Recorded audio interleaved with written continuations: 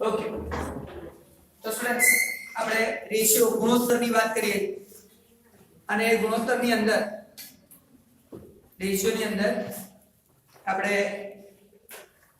ચેપ્ટરના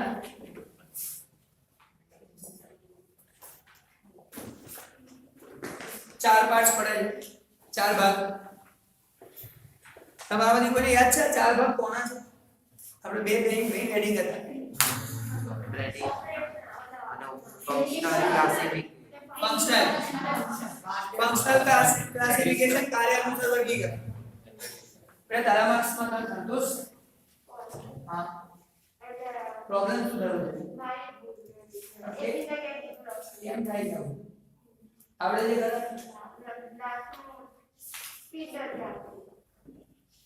સારું ચલો હવે આની વાત કરીએ આના 4 નામ.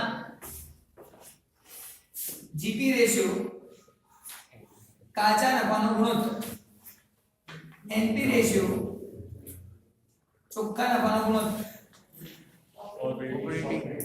ऑपरेटिंग रेशियो કામગીરી ગુણોત્તર, ऑपरेटिंग प्रॉफिट रेशियो કામગીરી નફાનો ગુણોત્તર.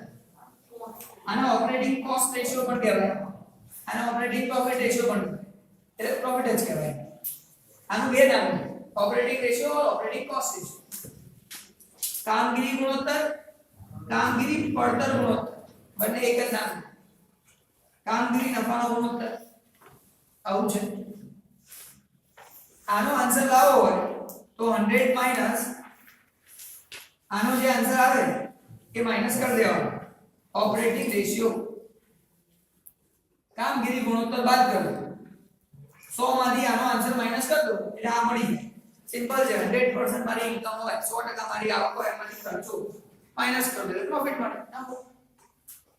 તો આ શોધવા માટે કોઈ બહુ મહેનત છે અને એટલા માટે 6 નંબર કરાવવાનો કે જેથી તમને લોકોને ક્લિયર રહે. નફા નુકસાનનું પત્રક બનાવો, સીધું આવડી જાય. એને ના આવડતું હોય રેકોર્ડિંગ જોઈ લેશે આગળ, બરોબર? ફરી રિપીટ નહીં થાય. સમની અંદર કરાવીશ, બાકી રિપીટ નહીં થાય. હવે આ બધાનો એક કોમન વસ્તુ કે કોઈ પણ પ્રોફિટ નામથી જ ખબર પડે કે નફો છે, પ્રોફિટ છે. પ્રોફિટનો આધાર, નફાનો આધાર સેલ્સ, તો ડિવાઇડ બાય સેલ્સ ઇન્ટુ 100. વેચાણ, વેચાણ વગર નફો ના થાય તો ભાગ્યા વેચાણ ગુણ્યા 100 ફિક્સ. ઉપર શું લખવાનું છે? ગ્રોસ પ્રોફિટ, ગ્રોસ પ્રોફિટ કાચો નફો. एनपी तो एनपी ચોખ્ખો નફો. ऑपरेटिंग कॉस्ट કામગીરી પડતર. હવે આમાં બે વસ્તુ ભેગી થાય, કોસ્ટ ઓફ ગુડ સોલ્ડ વેચેલ માલની પડતર વત્તા કામગીરીના ખર્ચ. Cost of good sold plus operating expenses A plus કરો એટલે ઓપરેટિંગ કોસ્ટ એવું કહેવાય. અને છેલ્લે આ 100 માંથી માઈનસ કરી મૂકી. આટલી વસ્તુ શીખ્યા. આ જીપી કાચો નફો કેવી રીતે શોધવાનો તમને આવડે. ના આવડતું તો જૂની મેથડ વાપરજો. વેપાર ખાતું, ટ્રેડિંગ એકાઉન્ટ આવું બનાવો અને અવધિ ખાતું જૂની મેથડથી કરો. નવું ના આવડે અને જે નવું છે કંપનીનું ફોર્મ એમાંથી પણ તમને કાલે શીખવાડી દીધું લાસ્ટ લેક્ચરમાં. સિમ્પલ છે. એ આખું માઈનસ કર્યા પછી છેલ્લે આવે એને પ્રોફિટ આફ્ટર ટેક્સ કહેવાય. કરવેરા બાદનો નફો. બરાબર? તમારા જૂની મેથડ પણ યુઝ થાય કરવો. બરાબર? ઠીક છે. આ બધી કહું છે, આમાં મહેનત નથી કરતો પણ તમારે આના સમ કરવાના છે ટેક્સ્ટ બુક માંથી.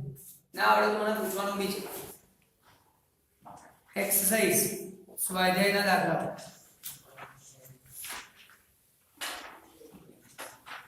કયા નંબરના તમે કરી શકશો એ હું તમને બતાવી દઉં.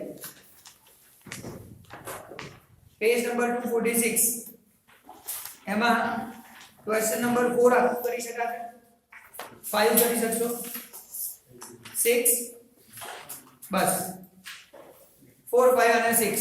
એમાં સહેજ બી ના આવડે ને તો તમારે મને અહીંયા પૂછવાનું છે, એ તમારી ડિફિકલ્ટી માં સોલ્વ થશે. સહેજ બી તકલીફ હોય તમને સમ કરવામાં તકલીફ પડી હોય તો પૂછી લેવાનું. મને ખબર છે કે આ તકલીફ પડવાની એટલે કોઈ બધામાં કોમન વસ્તુ આ જ છે. હવે કરાવું છું સમ નંબર સ્ટુડન્ટ 7 બી કરી શકશો. 7 નંબરમાં આપણે એક લાઈન લખી છે ખાલી, બાકી કશું છે નહીં. એટલે 4 5 6 અને 7 આપણે એક નંબર કરવા માટે મહેનત કરીએ જે આના ઉપરથી લિક્વિડિટી રેશિયો.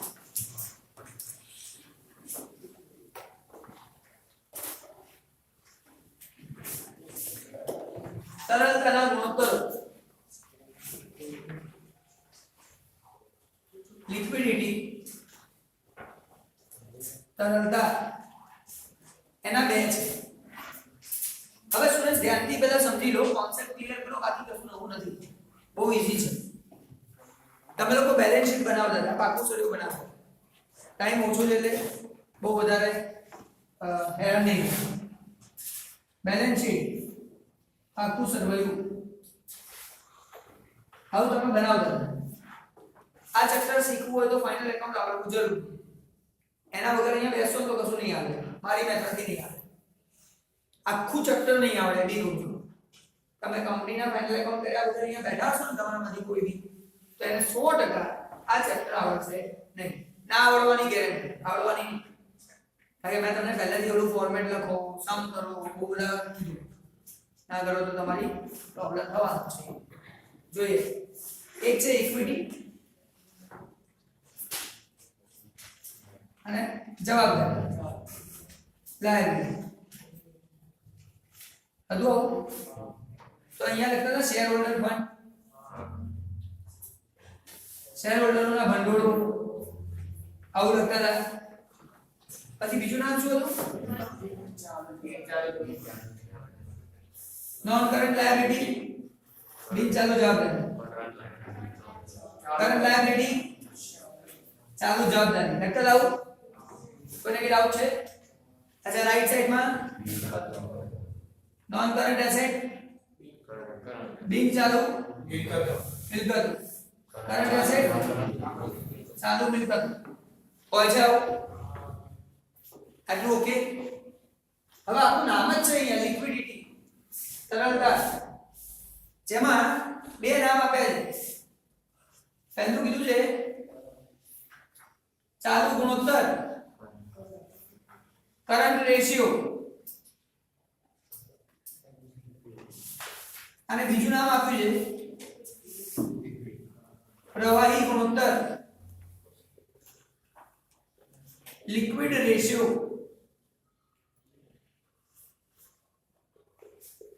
હવે તમે જુઓ અહીંયા બંને નામથી ખબર પડી જાય. કરંટ રેશિયો, ચાલુ ગુણોત્તર. આમાં ચાલુ કોણ છે? આ બે છે ને, આ બે ચાલુ. આના સિવાય કોઈ ચાલુ છે? ખબર પડે? કરંટ તો આ બે જ છે. તો આ બંનેનો યુઝ કરવાનો. આ બધામાંથી કઈ હોય લેવાનું? સિમ્પલ. આની ફોર્મ્યુલા શું છે? કરંટ રેશિયોની current asset upon current liability. ગુજરાતીમાં કહીએ તો ચાલુ મિલકતો ભાગ્યા ચાલુ આર્યું. ચાલુ મિલકતો ચાલુ દેવા.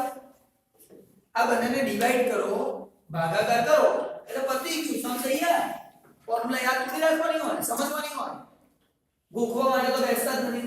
હા, કોઈ કહેતો મન તો આ બેલેન્સ શીટ જ નહીં, પાકું સુરત નહીં આવતું, તારો પ્રોબ્લેમ છે. બરોબર, અરે દીધું આખું ચેપ્ટર. આમાં નહીં કહું શું કરવાનું છે, કારણ કે આપણે ભૂખવતા આવડતું નહીં, જાતે કરવાનું મહેનત. અને મેં તમને લોકોને 20 માર્ક્સના વર્ગમાં આપેલું. આટલા સમ્સમાં વધારવા છે, તમે લોકો શું કરજો? બેલેન્સ શીટ બનાવી દો, આખું સર્વે બનાવો, નફાનું પત્રક બનાવો. કેમ કીધું એટલે કીધું સીધું ટોટલ થઈ જાય, પ્રોબ્લેમ ના થાય. બોલો કોઈ ડાઉટ છે? ખબર પડે ને શું કહું? 100% ક્લિયર છે? સારું. તો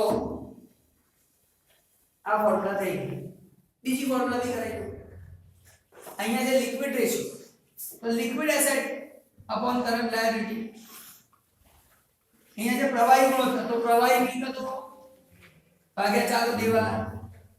આ નીચે તો સેમ જ રહે. આ નીચે બદલાતું નથી, ખાલી ઉપર કરંટ ની જગ્યાએ લિક્વિડ થઈ જાય, ચાલુ ની જગ્યાએ પ્રવાહી લખાય, બસ. નામ પરથી જ ખબર પડે કે ફોર્મ્યુલા શું ચેન્જ થાય. અને બીજી ખાસ વાત, આ એસેટ જે ટોટલ છે આની અંદર ઇન્વેન્ટરી હોય, પ્રીપેડ એક્સપેન્સ હોય, સ્ટોક અગાઉથી ચૂકવેલા ખર્ચા, અગાઉથી ચૂકવેલા ખર્ચા, આ બે વસ્તુ આની અંદર હોય જ. જ્યારે તમે ટોટલ કરો તો આ બંને એની અંદર હોય, જેને ફાઇનલ એકાઉન્ટ કર્યું એને ખબર હોય કે આ બધાનું ટોટલ થતું હોય. તો ધ્યાનથી સમજવાનું, આ બધાનું ટોટલ કરો એટલે તમને આ મળે.